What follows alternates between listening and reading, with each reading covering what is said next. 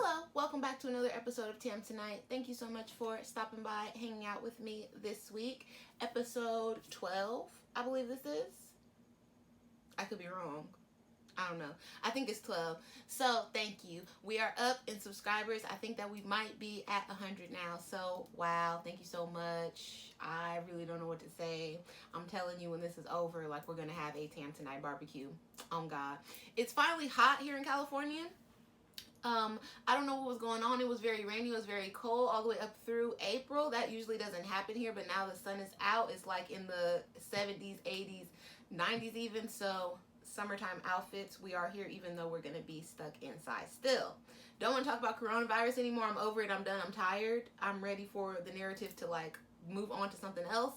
I'm not really understanding the people that are protesting though, us being inside, because it's not like a, I don't know, like the police and the like government are not driving down residential streets with tanks and cop cars and, you know, sirens, bullhorns saying we got to stay inside. If it was like super extreme like that and they were being punitive, like really giving people fines, tickets and stuff for not wearing these masks, which I've heard them saying that, but I haven't seen it done yet. Like I haven't seen any people say they actually got a fine for not wearing a mask, or that they were actually, you know, put in jail for not adhering to the guidelines. I haven't seen that. So if that was happening, maybe I would be a little bit more like on your side, or concerned that the government is trying to take away our freedoms and what have you under the guise of coronavirus. I think they're doing that with other things though, as far as like our privacy and stuff, like what happened after 9/11 with the Patriot Act. I think a lot of things are being done during this time under the guise of our safety and looking out for our best interest. That's really only to help the government. Even down to giving police officers, you know, the address and not names though, but addresses of people that have been diagnosed with coronavirus for the police's own safety. Like, how does that make sense when people have STDs, people have AIDS, people have, you know, mental problems that are being undisclosed, and police showing up to their house, you know, unattended, and anything can happen to them as well. So be on the lookout for that. Crazy times we're living in. I kind of don't know what to say. This whole thing has me like really in a weird mental space, has me reevaluating a lot of things, and just, I don't know. Like, I don't know if when this is over, I want to continue to live the way I lived previously. And that might sound like harsh, or maybe like I'm doing too much, or I'm reading too much into it, but I just don't think that things are just going to go back to exactly the same as they were. I don't want to do that for myself personally. So I'm just trying to figure out ways and figure out things that will make my life like a lot more simple, a lot more streamlined, because I have to say during this time, like we've all, the fortunate ones of us, I don't want to say we all, because we talked about unemployment last week, the ones of us that are still able to be employed, like have been working from home, it took a little bit of adjustment, maybe like 3 or 4 days, but after that has been smooth sailing for me, and I cannot see myself like going back to a 9 to 5 all day, sit in an office desk job. Like, just the anxiety, the stress, the feelings that I had, I felt like I could never keep up. I felt like there was never enough time. I felt like I was always under the gun. I felt like I was waking up out of my sleep. Like, I was always in a rush. I never was doing things according to like my own natural will, or wanting to even like waking up and going to sleep. It was all like predicated on my job. And now that I don't have that pressure anymore, I wake up and just get the work done, and when the work's done, I'm done. That is like, it seems more humane. It just seems like it altogether makes more sense, not just for me personally, but for my personal life as well. And I just can't see myself going back to that. I used to feel like there was never enough time in a day, and now like I find myself having extra time to do things. And it's just it's been very eye-opening for me. Very, not shocking, because it's kind of always what I wanted, to be able to work remotely or work from home, because like my lofty dream since I've been basically a kid was to live around the world. Like, I really don't like monotony. I think I get it from my dad. Like, my dad's a traveler. I don't like to be in the same place. It makes me depressed. I don't like to do the same things every day. It bogs me down. It gets to me. I need to change the scenery to like keep myself inspired, to keep my mood, to keep myself in high spirits. So like, just that chain being taken away of that I have to be at this place every day. Even the idea of living in a certain area that may be too expensive, out of your price range because of your job, like all of that has been sort of lifted off of me during this work from home. So I'm really like doing a deep dive and trying to figure out my life for when, you know, they open the streets back up and people want us to go back to normal. I really, for myself, can't see myself doing it. So be a lot of work that has to be done here, but that's just me. So I'm gonna stop complaining about my stuff and give you a story. I don't have a lot of politics because, like I said, all that's going on in the world is coronavirus, and I don't want to talk about that no more. But this week or weekend, what have you, there was a lady on Twitter, and she kind of went semi-viral because she was saying, I don't want to acknowledge her, but I will put up the tweet so you can see her name, and you could choose to follow her or spam her, whatever, if you want. But she said something along the lines of, I've had Instagram for 8 years, and today's the day I had to delete it. Don't know, like, whatever, this post just made me feel away, and, like, I'm over it. And I couldn't really see in her tweet, pictured here, like, why or what would make her say that. Kind of just, you know, saw the tweet in passing and was like, whatever, I guess. I am a fan of, like, period movies and things like that. I love an old English cottage, estate-like, park-like setting, familial home, love all of that. So I just thought, I was like, oh, that was a cute, like, bed and breakfast type of shop. But then Twitter does this thing as always, and we found out that this is an older black woman, okay? We're referring to her as Auntie Paula. And Auntie Paula has this Instagram page called Hill House Vintage. And Auntie Paula is just, you know, a regular homemaker lady. Okay, she's had a career, all these things. But in her spare time, she likes to throw on a good fit, style a good room, and take a nice picture. And she happens to like this country aesthetic. So she's just going around living her life, doing her thing, and this lady hated on her. And it made me feel away because as a fan of period movies, like I love Jane Austen and all of that, we are never pictured in those scenes. I think Belle, the story of Dido Belle, was the first time I ever saw a black girl in like a palace type setting with a familial home and park-like grounds and a duke and a duchess and all these things. They completely, when it comes to period films, and I've heard other people complain about this with the network BBC and just filmmaking in general over there in Europe, London, England specifically, like that they do not have a lot of spaces for people of color. They don't try to make it. They don't try to make the story, none of that. So this black lady, despite all of that, saw a world that she liked, probably much like myself. Maybe she loves a good Jane Austen flick, okay? And try to place herself in that, even though it's not welcoming to her, even though she has no examples, even though nobody has, you know, laid anything out for her and shown her how to do it. Probably people not welcoming to her. She figured out a way, and she's doing this just for her own passion. Okay, because things go on in your life and making things beautiful, okay, will make you feel a little better, whatever. But Auntie Paula was trying to carve out her little corner in the world and get some peace, get some beauty, you know? And this lady came to hate on her. But Twitter did not stand for it, and all of us, because myself included, we came to the rescue of Aunt Paula what we could with our Twitter fingers and supported her. And I went to follow her on Instagram immediately on all the accounts that I'm in charge of.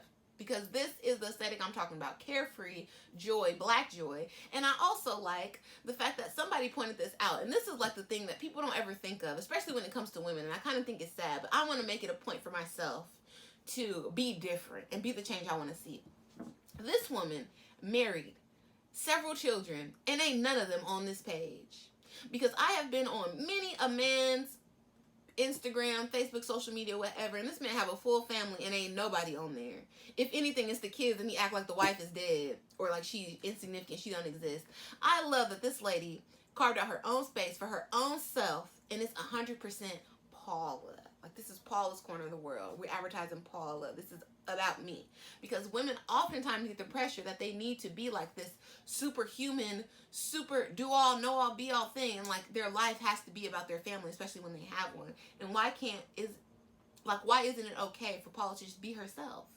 Sure, she's a mom. Sure, she's a wife to somebody. But that's over there and got nothing to do with what we're doing right now. So we're not going to show. We're not going to picture it here. I love that for her. I love the independence. I love the love, self-care.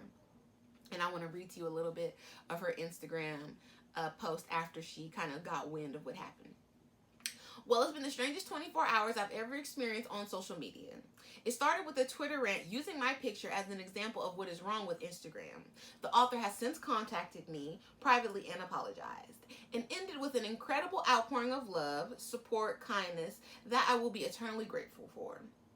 I, like many people, started this account to talk about the things in life that make me happy. Architecture, a styled room here, a cushion there, a baked cake, a summer dress, or a bunch of flowers. It turned into a space where I felt comfortable to show my face and to also write a little bit about my feelings of positivity and being grateful, and more recently exploring my feelings of loss and losing my mother whilst trying to seek out joy. It's always been a safe little corner to explore, a creative side that I kept hidden for so long after servicing the creative endeavors of others. I enjoy creating little scenes and stories. I'm inspired by old Hollywood and the fashion photography of the 1950s and 60s. And all that is reflected in my images. I suppose what I didn't realize in my naivety is that some people look at pictures without reading all the captions and therefore understanding who I am. These images are meant to be joyful and fun and are styled and created to please the eye. They are a tiny snapshot of an otherwise very mundane and normal life. Don't we know it, Auntie Paula? Too shallow for you? Perhaps. But I'm a firm believer in taking the responsibility to find the content that brings you joy and moving on from the things that upset you. Word.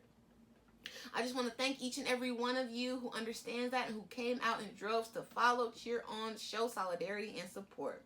I'm not one to dwell on things, so that's all I shall say on the matter. But thank you from every inch of my heart with love, Auntie Paula, as it seems that's how I'm known now. Auntie Paula. Everybody under the sound of my voice, go follow Hill House Vintage. Show some love to Auntie Paula. She is giving you nothing but, you know, rich auntie vibes. Okay? Best life. Retirement after the kids move out. Black womanhood. And I love it. I'm here for it. This is like, maybe because this is secretly like my dream and my fantasy, you know? There's a movie, I think it's called the Jane Austen Book Club, where all these middle-aged white women pay to go on the Jane Austen experience. Like, I want Auntie Paula to open that for black women. Auntie Paula, do you hear me? I don't know where you are. These pictures say, a lot of them say Norfolk. If that's Norfolk, Virginia, and not Norfolk, England, or something weird like that, get at us, okay? Because for $500, $600, maybe we'll come there. You do a bread and breakfast type thing. We do floral arrangements, okay? We make a basket. We take pictures on the ground or whatever. Auntie Paula experience. Hill House Vintage experience. Packages. You could do small girl groups, 3-4 at a time, Corona style. No more than 10. Auntie Paula, get that money, girl. This is an opening for you. Because I want to come. I want to live out my black Janet Austen, if you will. I want to do it. I'm there, girl. Oh, I almost forgot. Nails by Shalon. My sister did my nails. Now, I told y'all last week I would never let Corona stop me from being cute. And my sister has come to the rescue, and she is now doing nails. So if you are in the area, all right, she will be open sometime in May. I will link her info on the next episode so y'all can get at her. She's not open yet, but I just want to show off. I'm very proud of her, and I'm proud of my nails. And yes, Shalon Salon Spa will be open. Let me know. Get at her. Book your appointments, ladies. Do your nails. Next, I want to take you all over to my Look of the Week segment. Now, it has been kind of hard to do Look of the Week, as I've discussed previously, because people are not serving as many looks. They're not going out. There are no red carpets, things like that, but we're doing what we can. Okay? So, first up, we got the illustrious, the beautiful Chloe x Halle. Now, they did not give details on the fashion that they are wearing. They just gave details about who styled them and did the makeup, etc. So that lets me know these looks might be custom. I don't know if they're about to put out their debut album, or if I've missed the debut album and then this is going to be just a new project. I'm not sure, but they're serving up some very editorial looks, this being one of them, and they look hot, okay? I like the grown and sexy Chloe x Halle that they're giving me. I like this a lot. Come on now. Perfect look, black leather or black latex, hair slay, makeup slay, everything, you know. If this is like the shine and the rise that they give you when you become a Disney princess, I'm here for it. And I want to see what you're going to do with that Disney money after the fact. Like, are the outfits going to be crazy next level bananas? Because y'all already been working with Zarina forever. So I know you have all the tools, all the means. But now that you are not like in that weird phase of I'm not a girl, not yet a woman, like teeny bopper, and your parents trying to keep you safe. If we're successfully out in that, we're going to get grown and sexy Chloe x Halle. I'm all here for that. I like it. I want it. Because I feel like y'all kind of popped out with that I Got Money Everywhere performance when y'all was wearing the money bodysuits and all that. I feel like y'all kind of popped out and you was letting mom and dad know, okay, mom and dad. All right, we're going to be respectful. We're going to do the thing. Okay, we're going to be respectful. But we bad. So I like it. I like it a lot. Next up, we have Chiara Sampaio in RUMI dress and Rue Gambon jewels. Now, I picked this look. I don't know anything about Chiara, but this look was so fire because the back. Now, I love a simple, sexy black dress. Like, that is my uniform. If I had to wear something every day, I'd be Posh Spice. Posh Spice was my first fashion icon. I wanted to be her when I was a kid. I wanted to wear the halter top black dress with the lace-up shoes every day of my life. So this takes me back to that. I love a backless. Like, whoa. And I have a variation of this dress, but the scoop is not as deep. So I really love this, and that's why I picked it for Look of the Week, because when I was scrolling and saw this, it stopped me dead in my tracks. I wasn't even following her at the time, but I'm following her now because the look was that fire. Shout out to you, girl. And I'm sorry if I butchered your name, but it's Italian though, right? Chiara.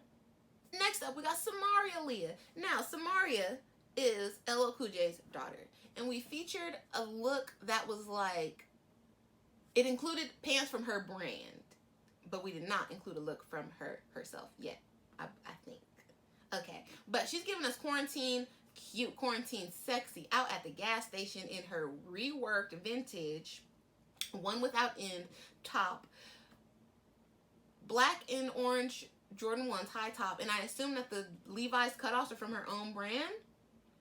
Fire. Body on point, look on point, jewelry on point, hair on point. Bomb, bomb, bomb. Everything's clicking here. Okay? But Samaria doesn't ever really disappoint.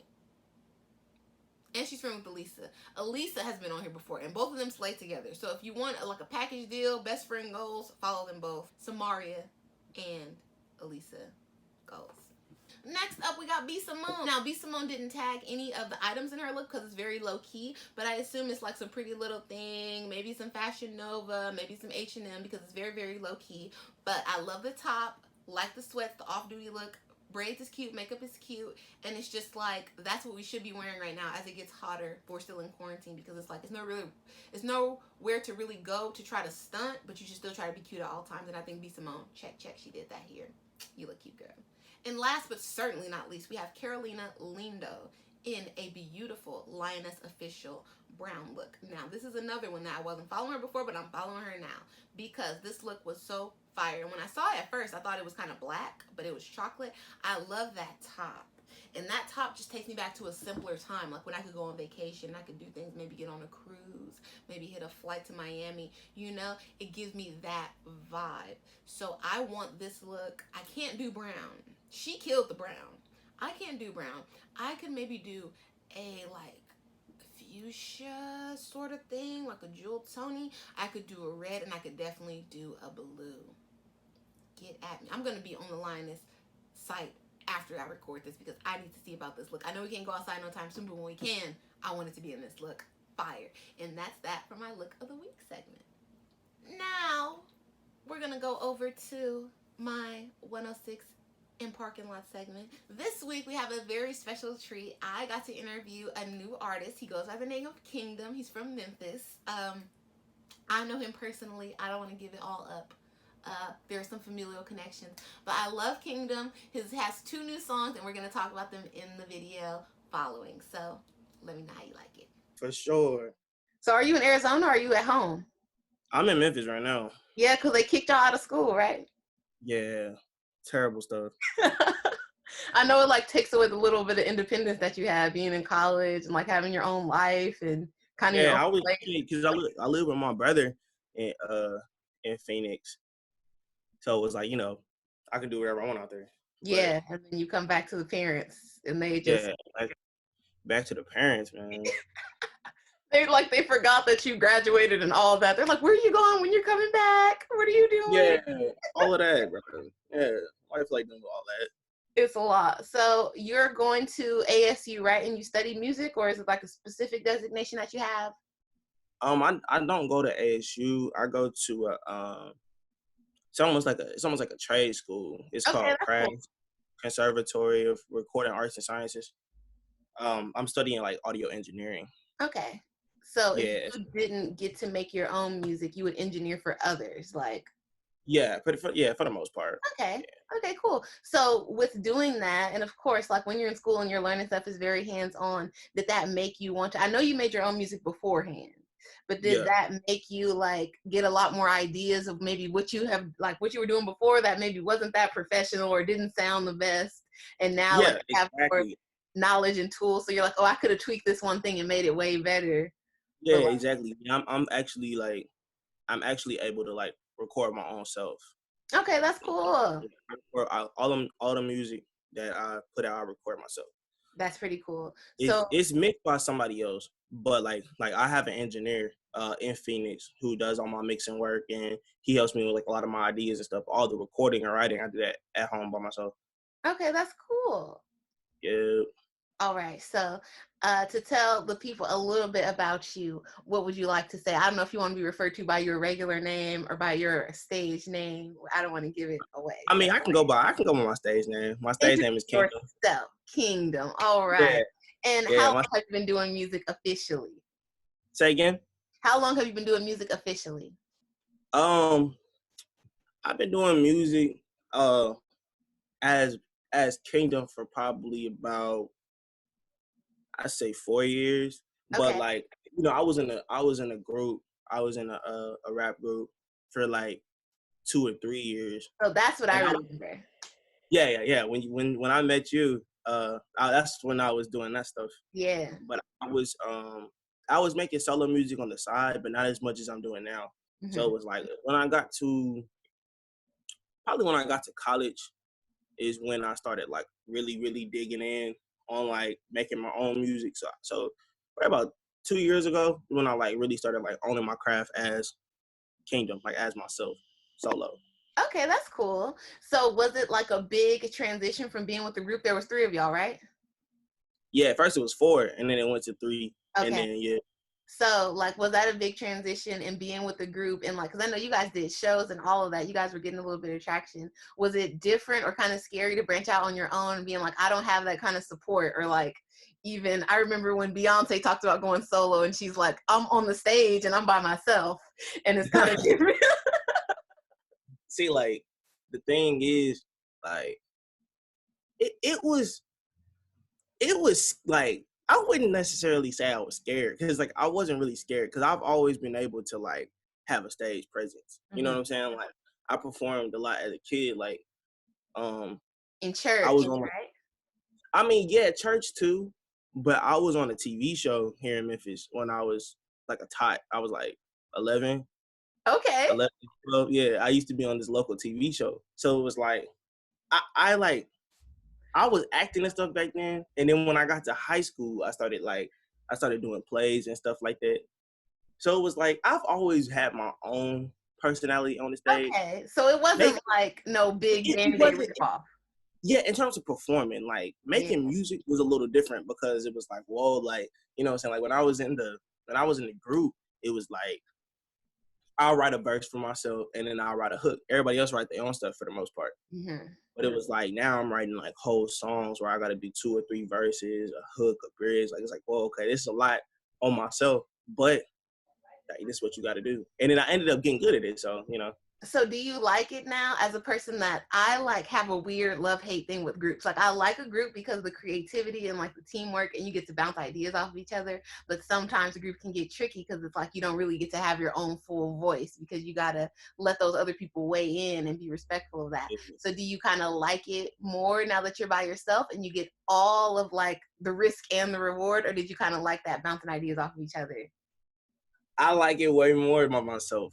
Okay. Like, just Because it's like because like easier, right? And it's like truer. yeah, it's easier because you can make the final say. The Yes. thing I will say, like for anybody who's like a solo artist, is like there's nothing wrong with having a creative team though. You know what I'm saying? Like I write my own music, but I do have like a few people behind me who I send my music to and stuff and like give me honest feedback and like help me with certain like ironing out certain things. Mhm. So it's like, a creative team is never bad to have. And I'm in a band. I'm in a band called Kale and the Crew, but um I'm just a vocalist for it. Like it's an actual band. They play instruments and stuff like that. I'm like the only rapper in the group, so it's a little different because like anything that I want to do in the group, you know, it's fully up to me for the most part in terms of like how I write my stuff, how I organize my stuff. You know what I'm saying? So before I start to ask you about the 2 singles that you have out, I want to ask you a little bit about like regional sounds and stuff like that. So I'm personally from the West Coast. I'm a California girl. You are from Memphis. So how does it feel that the South has been on top of rap for a really long time? Like I'd have to say at least since I was like in 9th grade. So like 2005, the South has been on it. And people used to make fun of them at first because they only had like dance, quote unquote, dance songs. But now they're like pretty much taking over everything. But it seems to be like dominated by Atlanta.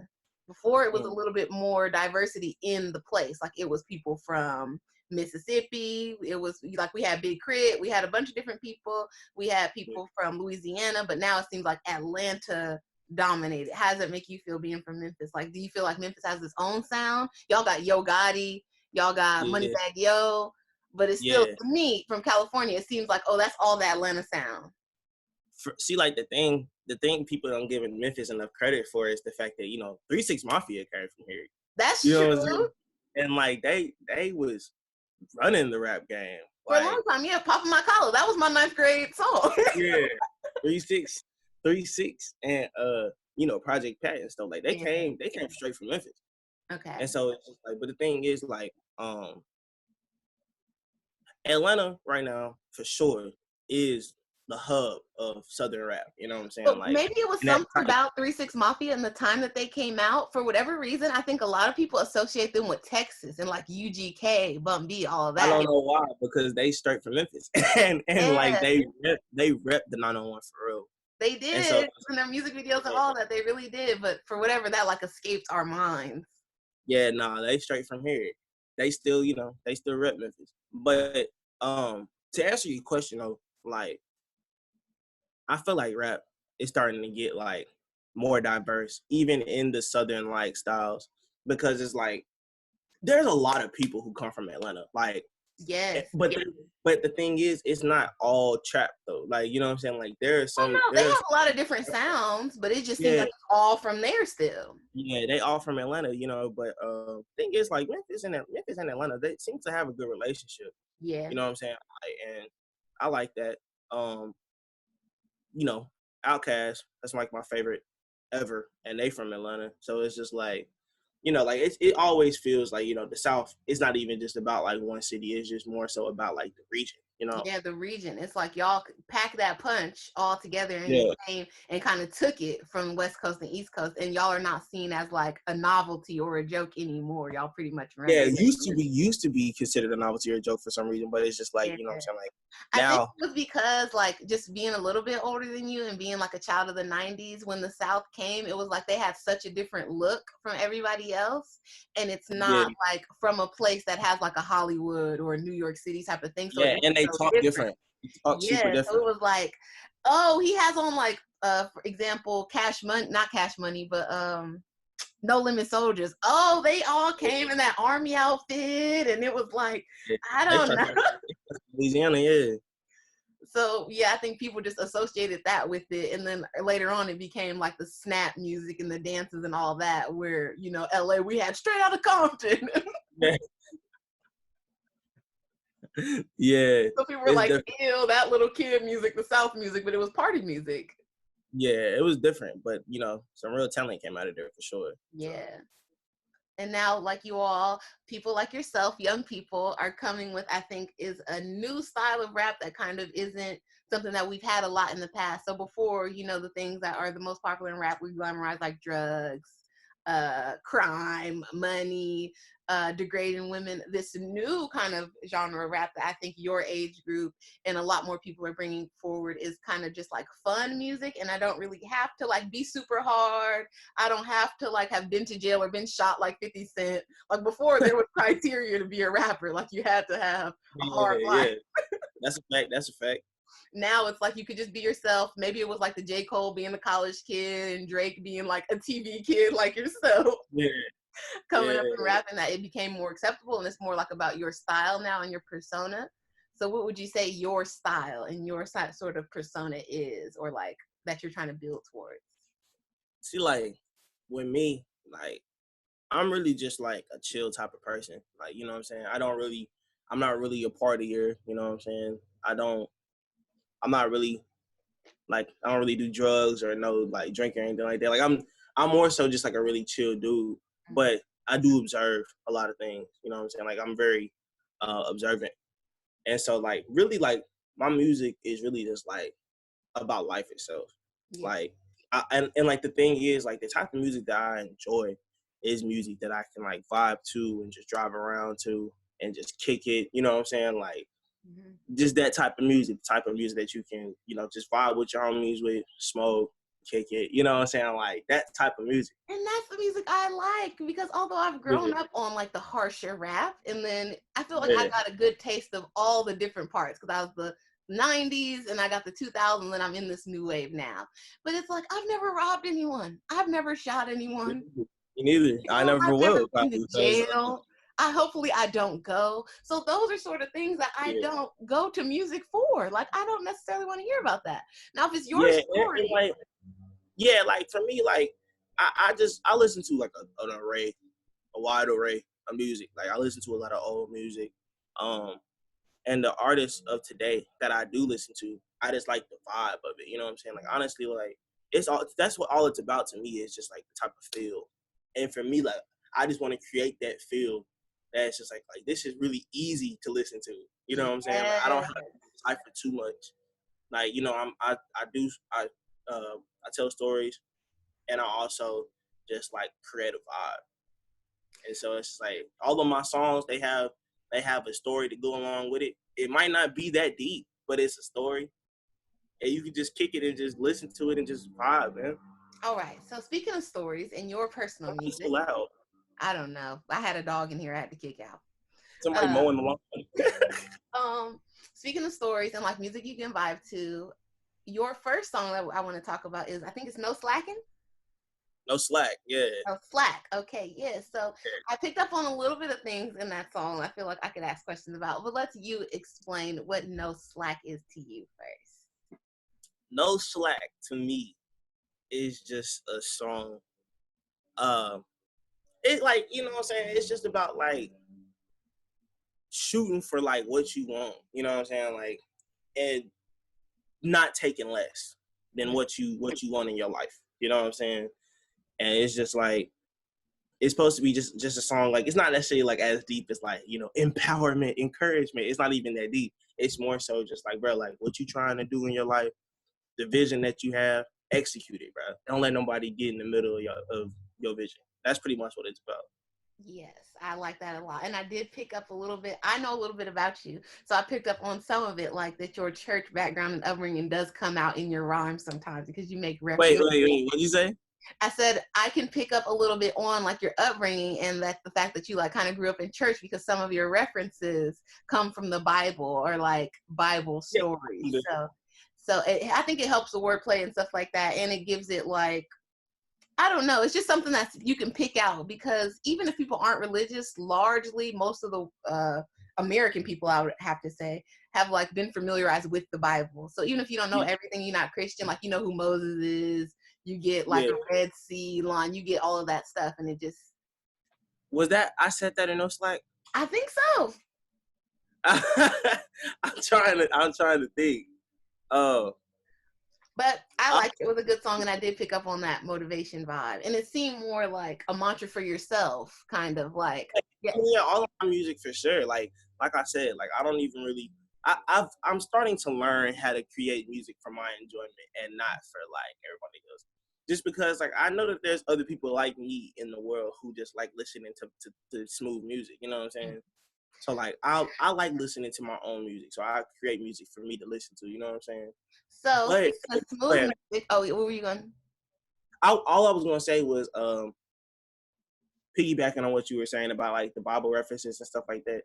Like I am like one thing that like you said, I was raised like in a churchy environment and stuff like that. But one thing that it did, how it did benefit me is just the fact that like some of the stories in the Bible are like super relatable. You know what I'm saying? Like even like regardless of like your religion and stuff like that, like I always feel like when I do write a rhyme about a Bible reference, like it's just like just because it relates so well to what I'm talking about. And like I think I've written Bible references like a few times. That's why I can't really think of the exact reference that I did in those like just because like I've done it a few times just because like just how it relates. If I could think of it off the top of the head like that. Yeah, but we're gonna talk about like the more smooth vibe, and that is your single. I think is my favorite, "Big Pimpin'." When I hear that song, I can like hear it on the radio almost, especially here in California, because it's very smooth. It's a very chill song. The production. Did you make the beat? No, the beat was made by this guy. He go by Z Will, but he's part of a company called Blue Magic Company. So shout out to him. Very good beat. You flowed on it well. It went seamlessly together. I think he created the vibe for the song. Yeah, he killed it. Yeah, and what was your motivation for Big Pimpin', or what kind of feel did it give you when you were making it? Because when I hear Big Pimpin', I think Jay-Z, a yacht, a lot of video vixens from the 2000s, the early 90s. Yeah. And that's why the hook said, "What the hoes call me ho, Big Pimpin'." Yeah. You know what I'm saying? It's like it's that Jay-Z, but like Big Pimpin', like I made that song like off the whim. Like I didn't even, it wasn't even premeditated that much, honestly. But like the thing about Big Pimpin', it's a story because like, you know what I'm saying? Like in life itself, you got you have more than two type of people, but usually people fall into these two main categories in terms of love. You got the people who, you know what I'm saying, don't really want to be held down by one person and they just want to have fun and be adventurous and hang out with different people and different personalities and explore, you know what I'm saying? Then you have the second person who's like falls in love super easily and, you know, wants to be in that relationship, developing into marriage type thing, you know what I'm saying? And or so developing like into something. Like they want to water it. They want to have that person, you know what I'm saying? They believe in the soulmate and stuff like that. The thing about me, which is I find so funny about myself, is just the fact that like I've always been in the middle of the two. Like I've never been like I have a girlfriend now, you know what I'm saying? Like me and her and like on a great track, all of that type of stuff. But before her, when I was like in high school and going into college and stuff like that, I truly didn't know what I wanted at all in terms of like a relationship. I was like, you know, like I could just go out here and hang with many different girls and many different personalities, kick it with a bunch of them, and, you know, see what I want later. Mm-hmm. And then a part of me also was like, you know what I'm saying? Like, if I find somebody who I feel like can hold me down for real, like, I want that, you know? So I was kind of fighting between the two. Big Pimpin' represents that because in the song, I'm pretty much playing a character who's like with the hoes, I'm Big Pimpin', like he do all that type of stuff. But until one of the girls confesses her love for me, and if she confesses the fact that she, you know what I'm saying, really wants me and wants to make something work with me, if I want her back, now that Big Pimpin' thing is out the window. Mm-hmm. So it's like really Big Pimpin' is just like, it's like a what do you call it when you say the opposite of, when you do the opposite of what you just said? Oh, like hypocritical. It's a contradiction. Yeah. It's a contradiction. Like pretty much like you calling yourself Big Pimpin' and you do this, but you just contradicted yourself because you caught feelings for somebody. I think that's the situation with the average person, the man, girl, boy, woman, child, whatever, because it's like everybody wants that, especially now with like social media and the idea that the world is like so much bigger than it was before. You know, before you would just grow up, you know, whoever's in your town, you know, if you go to college, you meet whoever over there and then you go to work and that's that. But now it's like all of us have this big window into the world. So you always feel like I could keep this and I could have this, but what if? Like the what if now, I think it's bigger than it's ever been for any humans before us. Yeah, it's huge. And that's the thing. That's the thing about Big Pimpin' is just because like it's that factor, that what if factor is so heavy in that. Because this dude, he want to be Big Pimpin'. He want to be like Hov. He want to be like somebody who is able to just run through. But then on top of that, it's like, but like, what if I miss out on somebody who really was trying to like hold me down and do right? You know what I'm saying? I think that's like part of the human experience, like one of those questions, like what's the meaning of life sort of thing. Because I think especially as young people, we go through that. I really want to have fun. And how can I have fun, or how can I even like say that I try to meet people and stuff if I don't meet a lot of people and go out and have experiences? But at the same time, like, I want that person, like you're saying, that's gonna hold me down and just like be for me for whatever situation I might be in. I want that. But it's like, I think it sucks for most of us because we want to have both.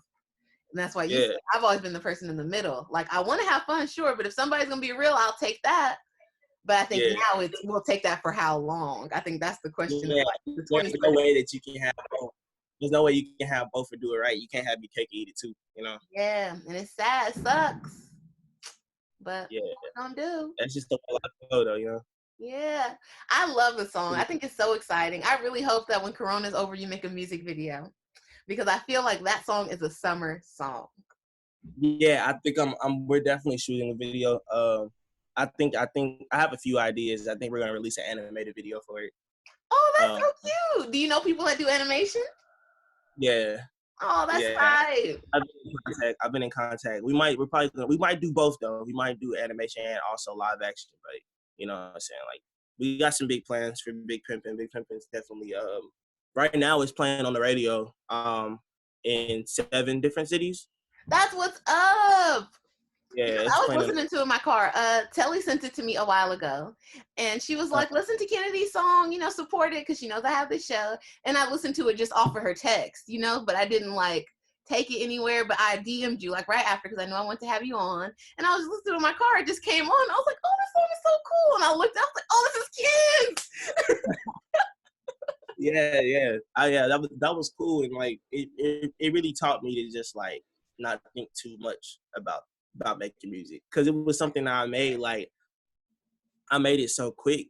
Like, I heard the beat, I was driving home from school and I was listening to the beat, and I was just like, man, like, I got a little idea I can do for this. And I had been thinking, like, you know, so like I said, most of my songs are stories, and so it's just like I was thinking about like love itself, and I was like, man, like that'd be like a tight song if I knew how to write one like that. And then I was driving home and I heard that beat and it just all clicked. I came home, put it down and recorded it. And then like I showed my brother and he was like, yo, like, this is a hit, you know? Yeah, so I hope that it gets that push. And you know, people, when I was younger, at least, I don't know what the status is for being cool now, used to make fun of radio rappers. Like, people used to give Tyga a hard time because he has these catchy songs. But you know what I want to tell you, Kingdom? If you want to get that radio bag, because Tyga is not hurting out here for cash, go ahead and be the Memphis Tyga. I want your songs on all the radios. If I watch a Target commercial, goddamn Wingstop, I want to hear Big Pimpin'. Yeah, that's cool. Like, I'm definitely more of like a content type artist, you know what I'm saying? Like the projects that I'm working on right now, I have an EP done. I have I have an album that's in the works right now. I got an album after that that's also in the works. So it's just like, with those projects, I feel like are gonna take away from that type of radio rapper type of vibe. Like, I do make hits, you know what I'm saying? Like, I am somebody who, I'm very confident in my hit making abilities. Yeah. I feel like given the underground people, that's what they be struggling with, that they can't do a hit. Like, you got bars for days but no hits. Yeah, and that's the issue. And I feel like, but for me, I feel like I definitely have a catalog that can be real American hits. You know what I'm saying? All right. But I also am the type of artist that can zone in on a project and actually make a beautiful project. And I feel like y'all will see that when this EP drops. I have an EP that's finished and it's gonna be out. Okay, so I'm excited about that because of like everything we've talked about here and like the way I think your music is, like the sound. Do you think that your stuff could be like soundtracks in movies, or like would you do a visual album sort of project? Because I think your stories flow very well. And I'm very glad you asked that, because like I don't know if we talked about this when I met you, but I am a filmmaker. That's like, very cool. And filmmaking is my dream career. Like, filmmaking is something that I will do for my entire life. You know what I'm saying? Same. You know what I'm saying? Yeah, we got the same vibe. The thing is, I've written a few full-length feature presentation movies. Okay. One in particular, I won't say too much about it, but one in particular, it's a college movie, and it's definitely something that I'm doing the entire soundtrack for. And the album that comes after the album that I was telling you about is that soundtrack. Okay. And I've been working on that for a couple of years. So are you going to follow in the Memphis footsteps of the great 3 6 Mafia and try to go after that Oscar? Like the Hustle and Flow type stuff? Because nobody saw that coming. I didn't see that coming. And Project Cat and all them on the Oscar stage. You see, that is what should have given everybody, that should have opened everybody's eyes about Memphis. Like, we had Black artists on the Oscar stage winning the Oscar, not being nominated and not just performing at the Oscar, winning the actual Oscar. You know what I'm saying? But to answer your question, yes. My thing is, I'm not just gonna be at the Oscars for the music though. Like, I'm definitely gonna try to be an Oscar-winning director and screenwriter. That's a dream of mine. Of course, like winning the Grammy is a dream. Of course, you know what I'm saying, getting your awards for your music is a dream. But like, filmmaking is something I've been in love with my entire life. Music is not no plan B. You know what I'm saying? Like, music definitely is something that I wanted to go hand in hand. To be able to create it very seamlessly. Yeah. And the thing is, my filmmaker mind is the reason why my music is the way it is. Like, my ability to tell stories and my ability to convey things is because of me as a filmmaker, you know what I'm saying? But me as a musician is also going to feed into my filmmaking career, you know what I'm saying? So it's something exciting to look forward to. I'm very excited for all of this. And hopefully, like, we can talk later about some other things. All of these projects I'm excited about. I want to help. I was trying to figure out some way that I can get, like, performances on my show. So maybe if you want to film a performance or something, maybe we can cut that into a future episode, because I really like this Big Pimpin song, and I would like to be your fake Charlemagne and help you push this song. For sure. Actually, what's cool is that me and the band that I'm in are doing a live stream concert on Thursday. Oh, that's what's up. Yeah, it's a live stream concert. I can't remember exactly whose Instagram page is going to be on, but there's a company here in Memphis that's doing like a host of concerts, and we're one of them. So we're going to be on a live stream on Thursday. But I'm definitely trying to put together a concert for myself. But yes, as a matter of fact, for sure. But you see, I don't perform without a band, so like, I'm definitely gonna get the band together and we can perform on your show for sure. Okay, so make sure you send me that link for what you're doing on Thursday, because this show comes out Thursday, so I'll put it in the description when I put it on YouTube and stuff. I'll tell people to go check you out over there, and then we can figure out something for your performance here. I think it'll be super cool. Yeah, we definitely can do a performance. That'd be tight. All right, Kingdom. Well, thank you so much for stopping by Tam Tonight. Welcome to the Tam Tonight family. It's a small group, but we're riders.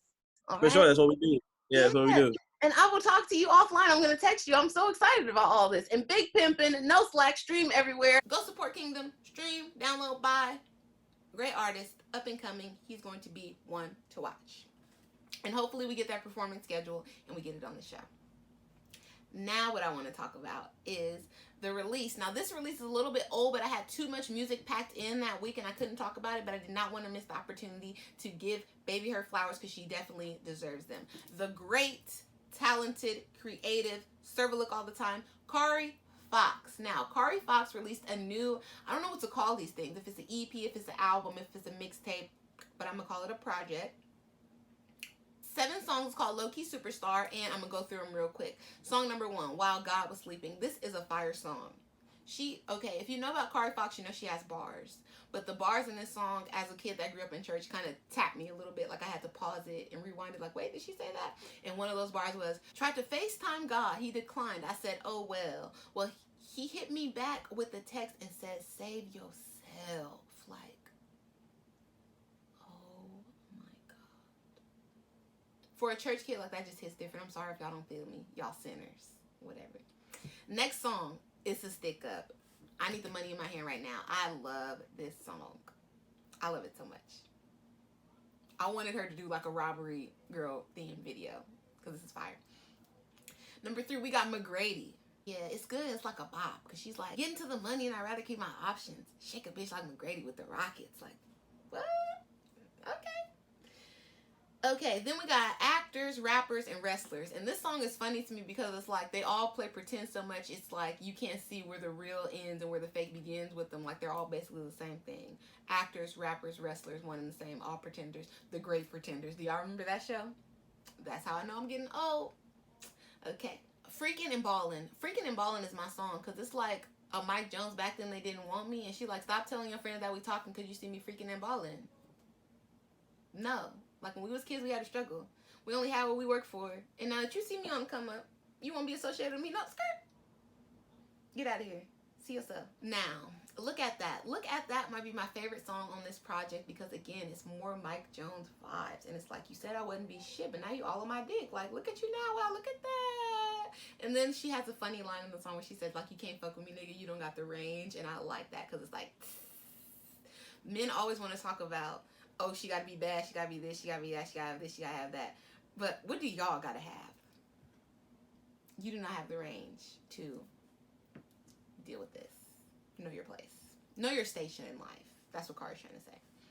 And the last song on this project is Chatting Shit. And she's just like, I let people talk. Because they don't do it anyway, just let them talk. Love this project. Kari is bomb. And I hope that like what's going on doesn't stop us from getting visuals from this because she's so creative. I really want to see that. I also want to see Kari on tour. I don't know how that works. Like, does she do underground stuff? Is she like a music festival type of chick? Because I've never seen her on tour or like on a bill for California. So maybe I missed out, but somebody let me know because I really love concerts and I would really love to see her live. So great job, low-key superstar. Go stream, download, all that.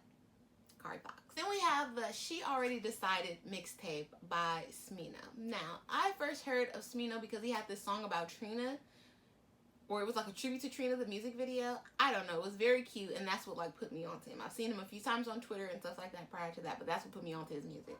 So Smino is like a hybrid rapper singer, and he does both very well.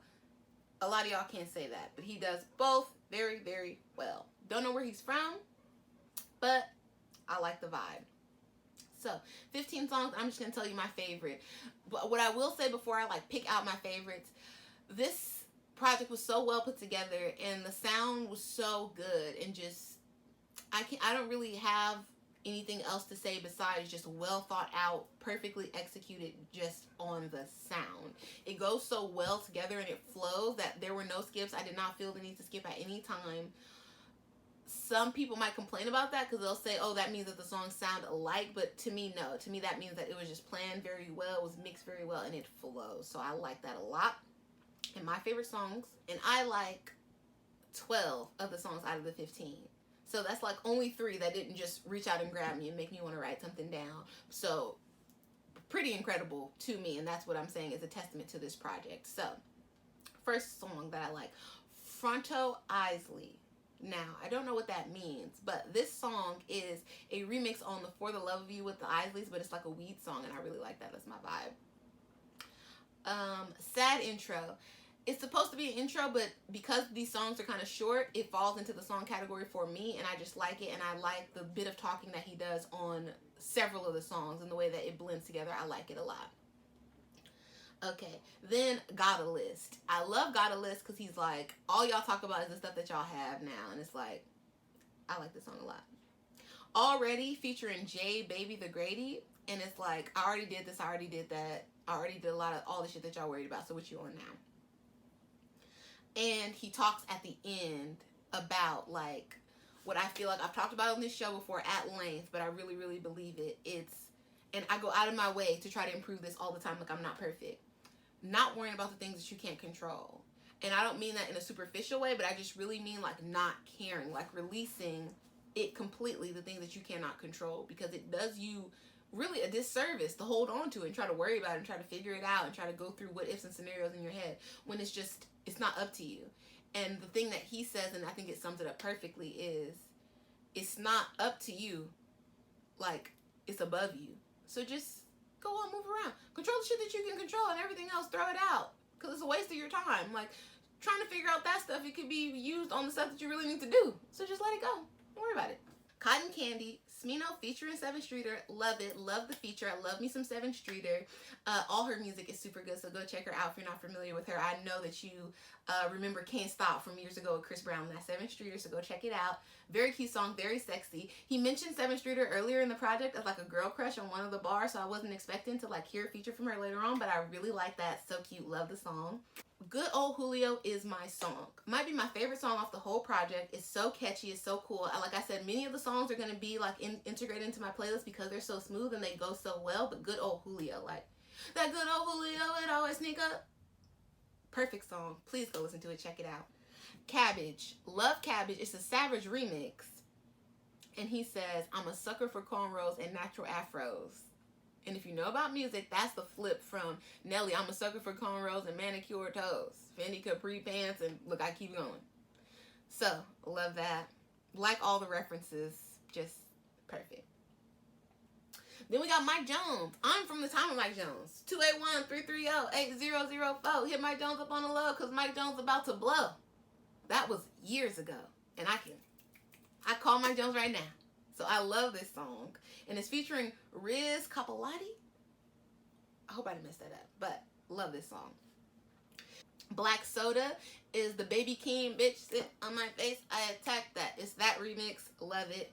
Too Much Fronto with Bari. Like that song a lot. Ohio. Bomb. And then we got the Jamie Box. It's the remix to the Box. The Box by Roddy Ricch. And it's just bomb. Like, go listen to it. Smino, this project was so well put together. I have not seen him on tour either, but I really, really want to because something about his vibe and the way that he talks on the songs and just how it's all put together, it seems like we would be friends. Like, we would kick it, we would chill, we would smoke, we would hang out, we would eat good food. So I want to go to one of his shows and see how that translates in his show. Like, what kind of vibe does he establish? What kind of, you know, area, what's the setting like, all of that. A few years back, well, not a few years back, this is a while back now, I saw Overdose, and they are like, you know, this kind of similar vibe to me, in my opinion. And they had like a TP on the stage, and they had girls, and people were smoking, and it was very, so I want to see if Smino has a similar vibe or what he does, like, you know, just authentic. I feel like he would have a good show. We were blessed today. God saw fit to bless us. And the illustrious, the incomparable, the talented, the award-winning, the mother of Blue Ivy, Rumi and Sir, Beyonce, graced Megan Thee Stallion with a feature on the Savage remix. Now, nobody was expecting this, but I will say that I had eggs in this basket, for one, because Solange was hanging out with Meg like before she really was on the rise, and I was like, okay, Meg went to go check her out, make sure she wasn't a creep. So it wasn't surprising that she ended up on Rock Nation, but this, nobody was expecting this. I know a lot of people were like begging for it when they saw the picture of Meg at the Carter New Year's Eve party with Blue and Beyonce, but I don't think we expected it this fast. I don't think we expected Savage. I don't think we expected Beyonce to come how she came. Now, you remember when Jay-Z released 444 and he was talking about like all the rappers that inspired him, and he mentioned a bunch of rappers and he threw out, B is a rapper too. Yes, she came, proved that, showed that. She was in her ape shit bag on this song. You want to see some real ass, now's your chance. I hope you don't catch me fooling around with you, looking at myself in the mirror like, bitch, you my boo. B, and the B stands for bands. Just so many bars throughout this song. When Meg said, get your captions ready, this is why she said it, because it, wow. And then I saw online, in the midst of all of this trending, that Doja Cat got Nicki Minaj on the Say So remix. So, I don't care about this coronavirus. We're not about to stay inside the summer if this is the music that we have. We need to be out. We need to be cute. We need to be on the beach. We need to be in cute outfits. We need to be with our friends. No. Like, the streets need cute outfits to go with these captions that are going to come from Savage, because it's full of them. And did I not beg last week for Kelly Rowland and Beyonce to give us like something sexy, something grown, because they didn't get to do too much of that with Destiny's Child? But I did not expect her to come with Megan Thee Stallion. Like she said on the song, she's a savage, I'm a bad bitch, ain't no competition. Like, wow. So this just, you remember the hype that came out when Nicki Minaj and Beyonce did Feeling Myself? I think this just supersedes that. Like, Beyonce came even harder on this. So, might be her best feature with a female as of yet. It really, really might be. Think about that. Beautiful Liar, Telephone, Feeling Myself. Destiny Child stuff don't count because I was a group in this. Think about, this might be the best Beyonce feature ever. Say no more. And she slides on the whole song. It's not just like a little verse. No, throughout the whole song, Beyonce is present. So that's how you know she really fucks with a hot girl. Hot girl Meg. What's up? We out here. Next up, I want to talk about the new single by Sir, and it's John Redcorn. Now, this song is very, very sweet, very cool, very mellow. Just fits in with the Sir vibe and discography. If you're familiar with Sir, go listen to Inglewood Sir, his first project. And John Redcorn, though, I like it. First of all, go watch the video now. If you watched King of the Hill, Hank Hill selling propane and propane accessories, you will really like this John Redcorn video. As an LA kid, I love the fact that I grew up on King of the Hill and then getting to see LA in like King of the Hill style animation, if that makes sense. Like seeing the Savoy and seeing Manchester and Crenshaw and all that stuff in animation and like some of the houses and stuff. And then even, you know, Sir himself as John Redcorn. Like it a lot. Like that they made like the black hippie dudes, Hank Hill and his friends outside the fence. Just perfect song, perfect video. Go check that out right now. And last, but certainly not least, this week on 106 in Parking Lot, we have a new song by the beautiful, the talented Princess Nokia, one of my absolute favorite female rappers. And the new song is I Like Him. I like him. I like him too. It's bomb. Classic Princess Nokia vibes. Talking her talk. Just the tough girl, the bad girl. I don't need nobody. I'm all that I need. I have it with all inside me. Bruharia, Princess Nokia. Go listen to it. Go support the girl. And that's that for my 106 in Parking Lot segment this week. And now we're going to go to the Chevy playlist where I give you something to ride to while we're not here together. So this week I had a collaboration playlist with my guest from today, Kengdom, and these are our 5 songs. So first up, we got Big Pimpin' by Kengdom. Go check it out. Support. I want like him to get on more radio stations. I want him to be on the radio here in California. So let's figure out how to make that happen here on the Tam Tonight family. If y'all got any connects, y'all got any plugs, where do y'all live? Request Big Pimpin' by Kengdom on your radio. Old school style. Okay. Number 2, we got Secret by 21 Savage featuring Summer Walker, because I told y'all last week it's my song. And it's a perfect song. And it's a cute vibe. Go listen to it. 3rd, Mad at Me, KiKi Ledé. I've been on my hot shit lately. Can't be mad at me. We talked about that too. Just bomb. Outkast remix. Kingdom's Choice, Sticky by Ravyn Lenae. I hope I did not butcher your name, Ravyn. Sticky. And last, Sleep Deprived by Dreamville, another Kingdom pick, and that's that for the Chevy playlist this week. I hope y'all like it. Available on Apple Music, YouTube, and wherever else y'all want me to put it, let me know. I'll put it there. No problem. And you know I like to close out the episode every week with something positive because the world is dark and full of terrors. So, the quote this week is by Sidlow Baxter, and it is, "What is the difference between an obstacle and opportunity? Our attitude towards it. Every opportunity has a difficult, and every difficult has an opportunity.